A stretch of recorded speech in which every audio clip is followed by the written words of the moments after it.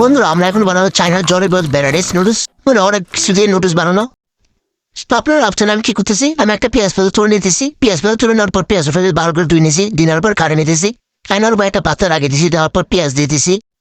তারপর এটা সসেস কাটিয়ে নিয়েছি। সসেস এটা হচ্ছে বিদেশি খাবার, মাংস দিয়ে বানায়। তারপর লাঞ্চ মিট নিয়ে নিয়েছি, মানে মধ্যাহ্নের মাংস।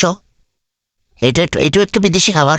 তারপর এটা কাটে নিয়েছি, কাটে নেওয়ার পর এটাকে ডেকচি দিয়ে দিয়েছি, মানে পাতিলে টোপু দিয়ে দিয়েছি, স্পাইসি কেবল। তারপর সস বানানো দিয়েছি, তেল দিয়ে দিয়েছি, পানি দিয়ে দিয়েছি। তারপর সসটা বানিয়ে দিয়েছি, বানানোর ওপর দিয়ে দিয়েছি।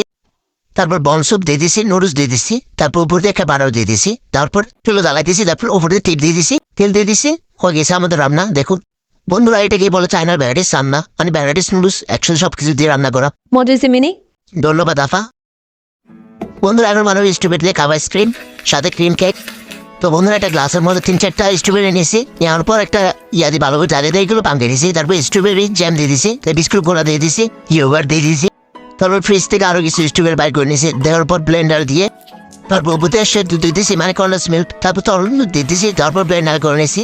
ব্লেন্ডার করার পর ওই গ্লাসটার উপর দিয়ে দিব যেগুলো বানিয়েছিলেন স্ট্রবেরি। তারপর উপর দিয়ে ক্রিম দিয়ে দিব। তারপর আরো কিছু টুকরো স্ট্রবেরি দিয়ে দিব, সাদাই দিব। উপর দিয়ে একটা স্ট্রবেরি দিয়ে দিব। তারপর একটা কেক নেবো, কেক নেওয়ার পর উপর দিয়ে ক্রিম দিয়ে দিব। দেওয়ার পর কমলা দিয়ে দিব, অরেঞ্জ।